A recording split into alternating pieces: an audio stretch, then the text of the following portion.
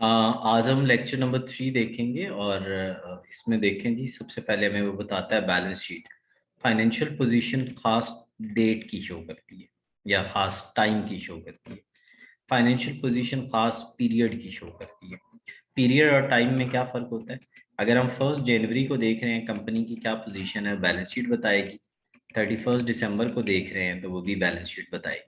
लेकिन इस दोनों के दरमियान 12 महीनों में क्या खोया क्या पाया, वो इनकम स्टेटमेंट बताएगी। इक्विटी स्टेटमेंट बताती है कि ऑनर्स का कितना पैसा है, कैश फ्लो, कैश आने जाने के बारे में बताती है। और नोट्स बताते हैं कि कंपनी की पॉलिसीज प्रोसीजर्स क्या है। फाइनेंशियल स्टेटमेंट्स प्रिपेयर करते हैं जो कॉस्ट अकाउंटेंट्स, वो कॉस्ट ऑफ गुड्स मैन्युफैक्चर और सोल्ड स्टेटमेंट है। बहुत डिटेल में हम देखेंगे।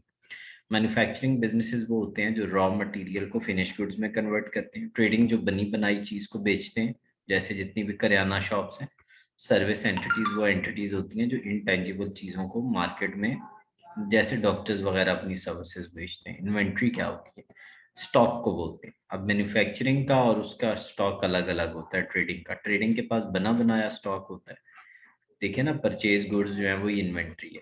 और जो ये है इन सर्विसेज वाले, इनके पास जो वर्क इन प्रोग्रेस, कोई भी काम जो चल रहा होता है वो इनका इन्वेंट्री होता है। मैन्युफैक्चरिंग के पास 3 तरह की इन्वेंट्री, मटेरियल की अलग, वर्क इन प्रोसेस की अलग, फिनिश गुड्स की अलग।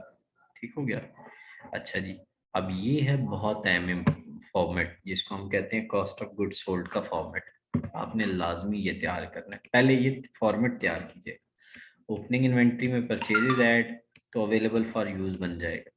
इसमें क्लोजिंग माइनस तो मटेरियल यूज। इसमें लेबर और एफ लेबर, मटेरियल और लेबर, और मैं तो डायरेक्ट एफ ओ एच भी ऐड कर देता हूँ। मटेरियल, लेबर और एफ ओ एच ऐड तो टोटल फैक्ट्री कॉस्ट, जिसको हम टोटल प्रोडक्शन कॉस्ट या टोटल मैन्युफैक्चरिंग भी कहते हैं। Opening work in process add closing minus तो कॉस्ट ऑफ गुड्स मैन्युफैक्चर्ड।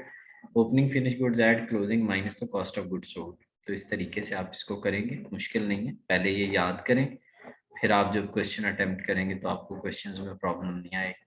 एक चीज याद रखिएगा, मैं आपको यहाँ एक चीज बताना चाह रहा हूँ। पहले वो फॉर्मेट याद कीजिएगा जो मैंने बताया। आप नेट परचेजेस क्या होती है? नेट परचेजेस, जब परचेजेस में से हम ऐड करते हैं पर कैरेज इनवर्ड, कैरेज इनवर्ड को जब हम ऐड करते हैं और ऐड करते हैं इसमें हम लेस करते हैं